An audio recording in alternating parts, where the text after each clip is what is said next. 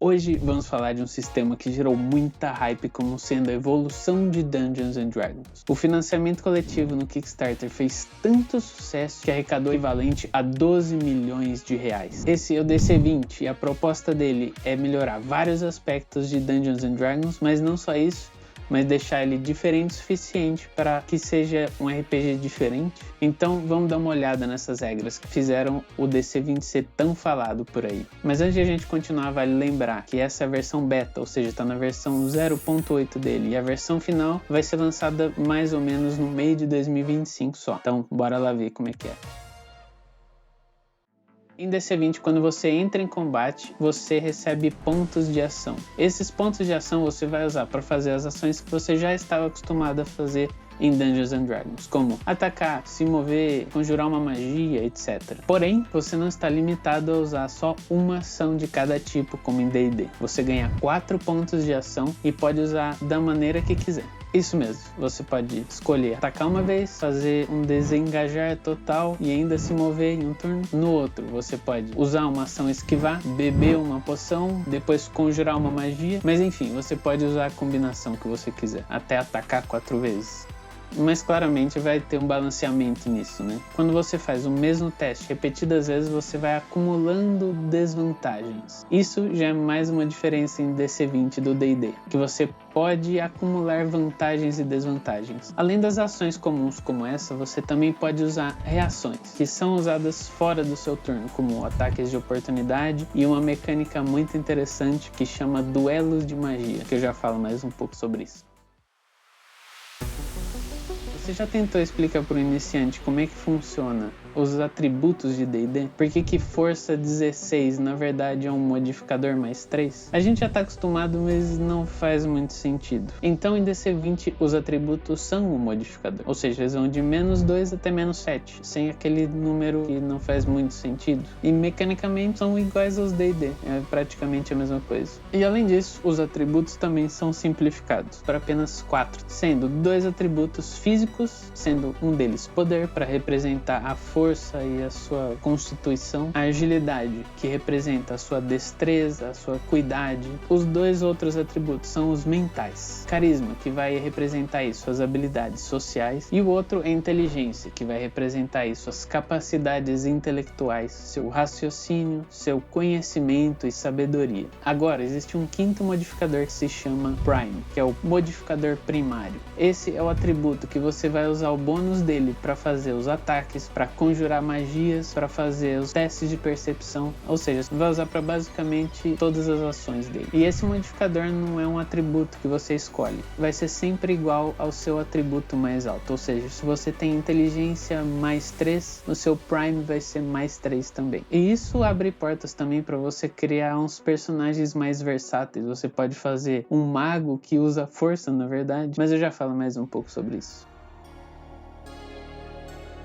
Testes funcionam da mesma forma que D&D. Você vai rolar um D20 e vai adicionar o bônus relevante para atingir um número de desafio ou a defesa do inimigo. E também existe os sucessos e falhas críticas, quando você tira 20 e 1 no dado. Mas a grande diferença aqui é que rolagem de dados altas realmente importa. Por exemplo, se você tira 19 no dado, em D&D isso seria provavelmente um acerto, mas nada além disso. Mas em DC20, se você superar em 5 pontos o número de dificuldade, você ganha benefícios para isso, dependendo do tipo de teste. Pode ser mais dano, caso seja um ataque, pode ser um efeito melhorado, caso seja uma magia, ou até um resultado melhor se for um teste de perícia qualquer. E além disso também, se você tirar 10 pontos acima, você ganha um resultado ainda melhor. Ou seja, se você ainda tirar 20 no dado, você vai acumular todas essas coisas, vai dar mais dano, vai ser um acerto crítico, e isso deixa o jogo muito mais divertido mesmo, não sempre tendo que tirar 20. As rolagens altas também importam.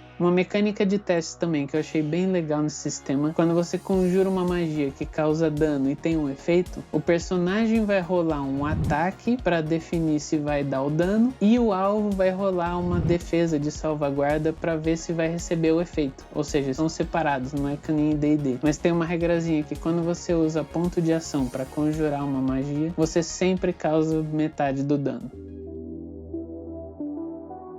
em DC20 não tem dado de dano. Quantas vezes em D&D você já rolou aquele crítico e na hora de rolar o dado de dano foi pior do que um acerto normal? Bom, em DC20 o dano é fixo, dependendo da arma ou magia que você usa. Por exemplo, se você fizer um ataque com uma espada, você causa 2 de dano e soma os bônus pertinentes. E isso para os monstros também, eles têm dano fixo para as habilidades dele. E aí, quando você recebe dano suficiente, isso altera o seu estado de saúde, não só os seus pontos de vida. Isso eu acho muito interessante em sistema de RPG. Porque, sei lá, em D&D você fica com 1 ponto de vida, com um machado na cabeça, mas você tá normal, não tem nenhuma penalidade. Isso é meio estranho. Então, em DC20 tem uma mecânica que você, quando tá na metade dos pontos de vida, você fica ensanguentado. Por si só, essa mecânica não faz nada, mas outros efeitos e outras habilidades podem interagir com isso de diferentes maneiras. Agora, quando você chega a 0 pontos de vida ou menos, que aqui você também pode ficar negativo, você entra no estado que em inglês chama Death's Door, que em português eu gosto de chamar de o bico do corvo. Nele você não fica inconsciente como em D&D, mas tem apenas uma daquelas 4 ações que você tem para usar normalmente. É como se fosse uma cena épica que o seu personagem tá no chão rastejando, mas ainda consegue fazer alguma coisa para se defender ou fazer aquele ataque final que tava precisando. Aí sim, quando seu personagem passa o limiar da morte, o seu personagem morre. E esse valor geralmente é correspondente ao valor negativo daquele seu modificador primário, que é aquele seu atributo mais forte,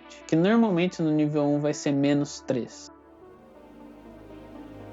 Então, lembra do atributo primário? Agora imagina que você fez um guerreiro que tem inteligência como seu atributo mais forte de +3, por exemplo. Para fazer um ataque, então você vai usar o seu atributo primário, ou seja, você é um guerreiro que vai usar inteligência para colocar o bônus no seu ataque, e não necessariamente usar força como em D&D. Então, por isso, na hora de criar seu personagem, você tem uma variedade enorme de possibilidades. Por isso, você não precisa ficar preso a um atributo específico quando você vai fazer alguma classe. Nesse exemplo, então, do guerreiro, a gente pode fazer como que ele fosse um mestre das táticas. Ele faz os ataques de uma forma mais inteligente, ele sabe onde atacar exatamente no momento certo. Você pode então fazer um mago que o atributo principal dele é poder, pode usar os seus músculos para conjurar magia.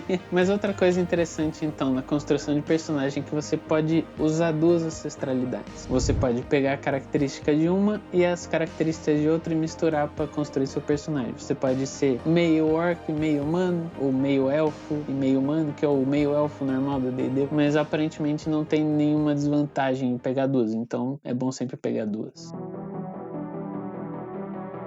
Personagens marciais, como os bárbaros, guerreiros, ladinos, ganham pontos de estamina. E esse é um recurso que você pode usar em técnicas. Além disso, você pode usar esses pontos de estamina para ativar certas características de classe e para também performar manobras marciais, que são basicamente os modificadores de ataque. Você pode fazer um ataque mais forte, um agarramento especial e defesas mais fortes, algo assim. Então agora vamos falar de pontos de mana. Esse é o recurso que os classes mágicas vão usar para conjurar suas magias. Em DC20 não existem os espaços de magias como tem em D&D. Dependendo da classe, pode conjurar qualquer magia da sua lista de magias ou das magias conhecidas que você tem, no caso do mago. No D&D você teria que preparar elas e algumas você não teria mais acesso das que você não preparou. Mas aqui em DC20 você não tem essa amnésia de magia que você esquece como é que faz ela. Não, todas que você conhece você pode conjurar usando seus pontos de magia. Agora aquela mecânica que eu falei de duelos de magia que é bem interessante é o seguinte: no lugar daquela magia contra-mágica que quando você anula uma magia do inimigo, que no caso conseguir anular, nada acontece, em DC20 você pode usar a sua reação para começar um duelo de magia. O seu personagem mago, por exemplo, vê o inimigo conjurando uma magia, você pode ir lá e conjurar uma magia em cima dele e escolher essa magia e explicar como que ela vai interceptar essa magia do inimigo. E uma coisa legal, que se der empate, acontece uma rolagem de um surto de magia, que é como se fosse a magia selvagem do D&D, aquela tabela que você rola e algo muito louco pode acontecer. Você pode, sei lá, se tornar um dragão enorme no meio da batalha. Ou também tem um efeito que todas as criaturas inimigas ficam invisíveis para você, você já não vê mais ninguém. Existe também um terceiro recurso que você usa em combate que chama pontos de determinação.